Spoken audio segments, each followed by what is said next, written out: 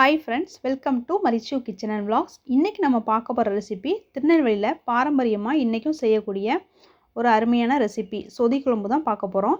இது எப்படி செய்யலாம்ங்கறத பார்க்கலாம். அதுக்கு முன்னாடி நம்ம சேனலை நீங்க புதுசா பார்க்கறீங்கன்னா மறக்காம Subscribe பண்ணி வச்சுக்கோங்க.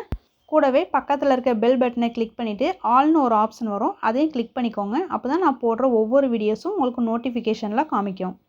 நான் இந்த ரெசிபி செய்கிறதுக்கு அவியலுக்கு கட் பண்ணுற மாதிரி காய் நீளமாக கட் பண்ணி வச்சுருக்கேன்.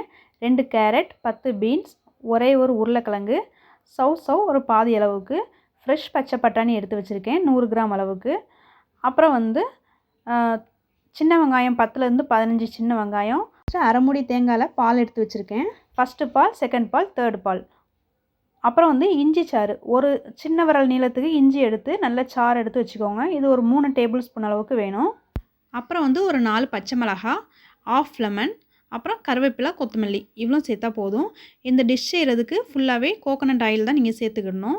ஃபஸ்ட்டு ஒரு கடாயை ஸ்டவ்வில் வச்சுக்கோங்க. இதில் 1 டேபிள் ஸ்பூன் அளவுக்கு தேங்காய் எண்ணெய் சேர்த்துக்கோங்க. எண்ணெய் நல்லா காஞ்ச பிறகு சின்ன வெங்காயம் சேர்த்துக்கிடலாம். ஒரு 10லேருந்து 15 சின்ன வெங்காயம் எடுத்துக்கோங்க. கட் பண்ண வேண்டாம், முழுசாக அப்படி போட்டுக்கோங்க. நெக்ஸ்ட்டு பச்சை மிளகாய் ஆட் பண்ணிக்கலாம். பச்சை மிளகாய் 4 தான் சேர்த்துருக்கேன். உங்களுக்கு இன்னும் 2 வேணுன்னா கூட நீங்கள் சேர்த்துக்கலாம். அப்புறம் வெஜிடபிள்ஸ் ஆட் பண்ணிக்கிறேன். நெக்ஸ்ட்டு கருவேப்பிலை ஆட் பண்ணிக்கலாம். நெக்ஸ்ட்டு பச்சை பட்டாணி 100 கிராம் அளவுக்கு சேர்த்துருக்கேன். நான் சேர்த்துருக்கிறது ஃப்ரெஷ் பட்டாணி.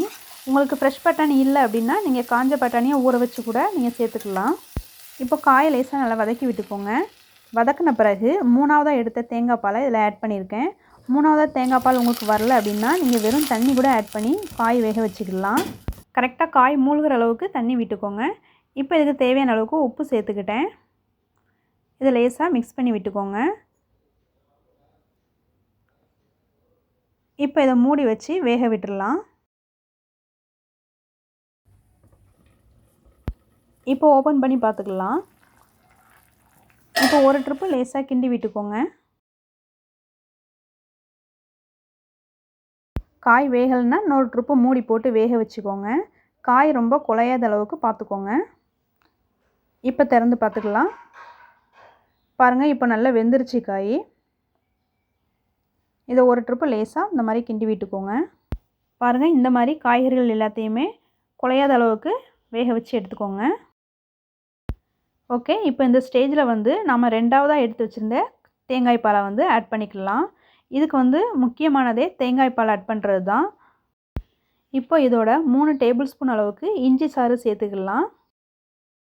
இப்போ இதை லேசாக மிக்ஸ் பண்ணி விட்டுட்டு 1 நிமிஷம் மட்டும் லேசாக சூடு பண்ணி எடுத்தால் போதும். இது தரன்னு கொதிக்கக்கூடாது. ஜஸ்ட்டு 1 நிமிஷம் மட்டும் வச்சுக்கோங்க. தேங்காய் பால் ஆட் பண்ண பிறகு ஸ்டவ் பக்கத்துலேயே நின்றுக்கோங்க. இந்த மாதிரி ஓரங்களில் லேசாக கொதித்து வரும். அந்த ஸ்டேஜில் ஃபஸ்ட்டாக எடுத்த திக்கான தேங்காய் பாலை இதில் ஆட் பண்ணிக்கலாம்.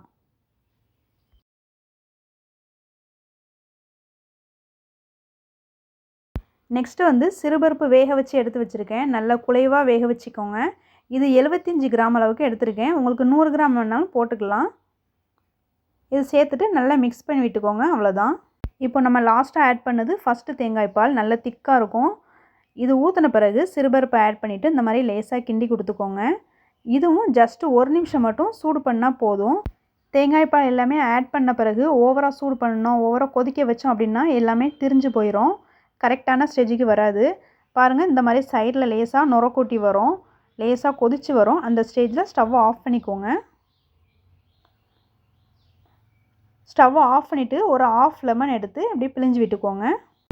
இந்த டிஷ்ஷுக்கு வெள்ளரிக்காய், முருங்கைக்காய், அப்புறம் சேனைக்கிழங்கு இதில் எது இருக்கோ அது கூட சேர்த்துக்கலாம். நான் இன்றைக்கி என்கிட்ட இருந்த காய் மட்டும் வச்சு சமைச்சிருக்கேன். ஸ்டவ்வை ஆஃப் பண்ண பிறகு மல்லி இலைகளை இந்த மாதிரி சின்ன சின்னதாக கட் பண்ணி போட்டுக்கோங்க. இந்த சொதி குழம்பு திருநெல்வேலி சைடில் புதுசாக மேரேஜ் ஆன மாப்பிள்ளைக்கு பெண் வீட்டில் விருந்தாக இதை கொடுப்பாங்க. அதனால் இந்த ஸ்பெஷலான டிஷ்ஷை கண்டிப்பாக வீட்டில் ட்ரை பண்ணி பாருங்கள். ட்ரை பண்ணி பார்த்துட்டு கமெண்ட்டில் சொல்லுங்கள். ஃபைனலாக இதை தாளித்து விட்டுக்கலாம். சின்ன கடாய் ஒன்று ஸ்டவ்வில் வச்சுக்கோங்க. 1 டேபிள் ஸ்பூன் அளவுக்கு தேங்காய் எண்ணெய் ஆட் பண்ணிக்கோங்க. தேங்காய் எண்ணெய் தான் ஃபுல்லாக அந்த டிஷ்ஷுக்கு சேர்க்கணும். கடுகு சேர்த்துக்கோங்க. கடுகு நல்லா பொரிஞ்ச பிறகு உளுத்தம்பருப்பு சேர்த்துக்கோங்க. 1 டீஸ்பூன் அளவுக்கு இது சேர்த்துக்கோங்க. அப்புறம் மிளகாய் வத்தல் 1 இது லேசாக கிண்டிட்டு சொதி குழம்போட ஆட் பண்ணிடலாம். இப்போ இது ரெடி ஆயிடுச்சு. இந்த சொதி குழம்பு வந்து சூடாக ரைஸ் வச்சு சாப்பிடுங்க. ரைஸ்க்கு வச்சு சாப்பிடும்போது இஞ்சி துவையல் இல்லைனா இஞ்சி தீயல் வச்சு சாப்பிடுங்க. ரொம்ப ரொம்ப டேஸ்ட்டாக இருக்கும். அப்புறம் இட்லி, தோசை, இடியாப்பம், ஆப்பம் இதுக்கு எல்லாத்துக்குமே செட் ஆகும்.